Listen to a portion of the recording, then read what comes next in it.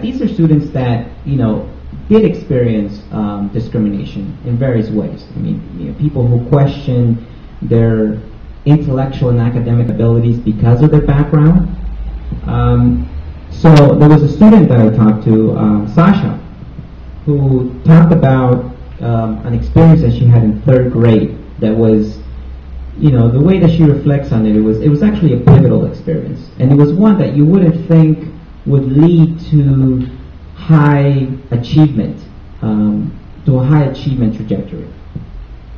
So let me share with you Sasha's 3rd grade experience. In 3rd grade, I had a teacher that was actually incredibly mean and intolerant. She would discriminate against a lot of the students based on their ethnicity. She would pick on me a lot. She would tell me things like, "You'll never get an A in my class because you're a dirty Mexican," stuff like that.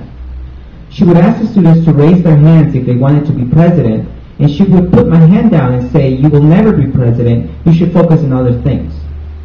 But it was the best thing that she could have done for me, because it got me to the point where I decided that if she wasn't going to give me that A, I was going to become the best student I could possibly be, to say, I have the capacity, and my status in no way equates to my capacity. Thanks to her, we had the State Department of Education come down and conduct an IQ test, because she said that I was mentally challenged. It was a really good thing, because that is what put me in the magnet program. It really gave me a lot of strength to continue and to not listen to individuals that were so close-minded. So, so she just turned around and said, "You know what, I'm going to prove you wrong." And that's a very common narrative among immigrant students and ethnic minority youth who experience, that level of discrimination.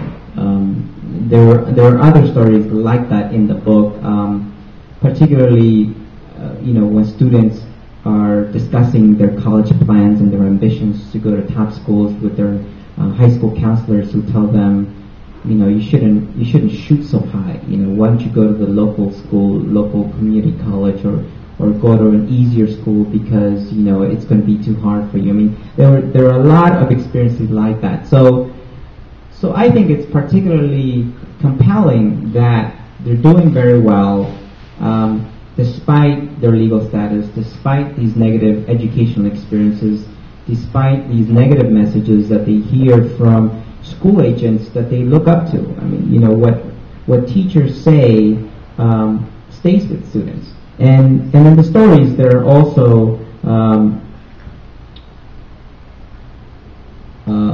instances where they pinpoint a middle school math teacher or high school counselor who made a positive impact, who went above and beyond.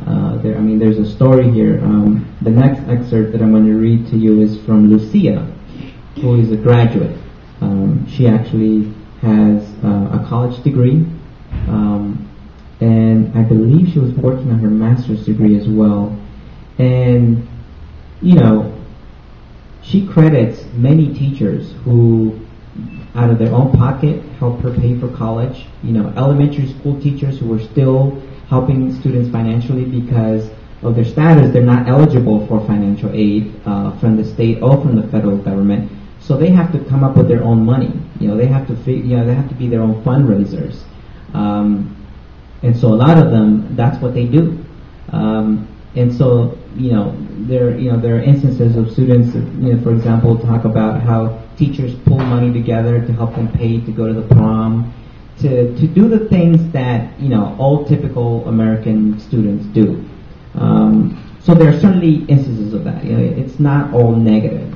And a lot of times it is those positive experiences with teachers and that extensive level of support that gets them through the difficult times. But it does get to a point where students, reach that. One of the key highlights in sort of in American society is getting, in terms of individual accomplishment and achievement, it's that college degree. That's what you hear. That is one of the milestones in our lives is getting that college degree and sort of feeling that sense of, of possibilities. Now you have a college degree, you could do whatever you want. That's not the case for undocumented students. And so we talked to a lot of students that got their college degree and were still working minimum wage jobs. Oftentimes the only jobs that they could get was babysitting, because they were paid in cash, tutoring, and actually there were quite a few students that I talked to that were quite entrepreneurial in that way, where they would even go to the extent of going to middle-class high schools, for example, and selling their tutoring services, because remember, these are very high-achieving. Many of them went to highly selective schools, and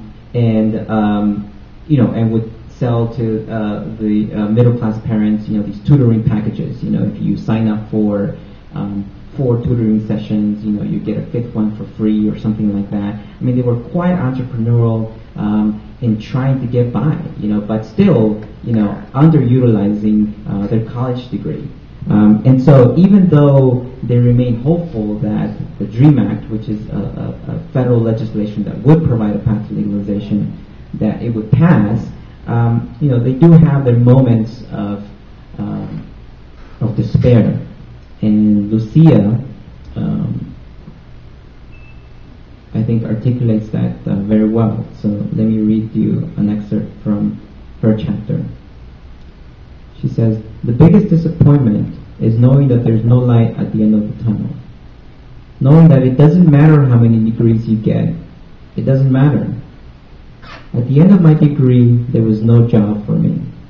There was no job for my family.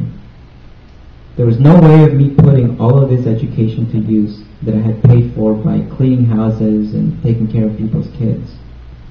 That has definitely been the most challenging part." So when I talk to her, she remains hopeful and still very involved, but yet, she does have those moments, and her future is not in her control.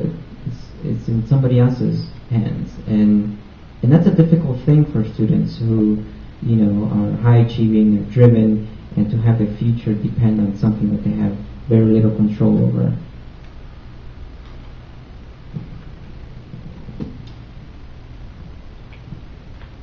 So to conclude some of the excerpts that I've pulled from this from the book, I want to read to you an excerpt from Alba, who was also a graduate, gifted student, but she's very limited in what she can do.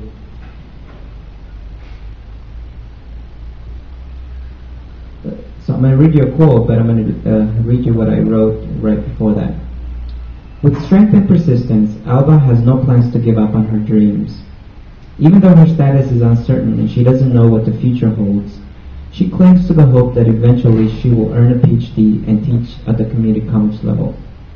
At the end of our conversation, I asked Alba what she would say to lawmakers if she had a chance to speak to them directly. She would tell them, quote, to have a way for students to legalize their status so that we can contribute to this society more, because most of us are studying to be teachers or doctors or lawyers. And even if we're finished with our education, it is a waste of talent because we can't really do or participate in society or in the community as much as we would like." So, so that's pretty much sort of the circumstances of undocumented students, from high school to college graduates, to those that have been out of school for quite some time, to recent graduates.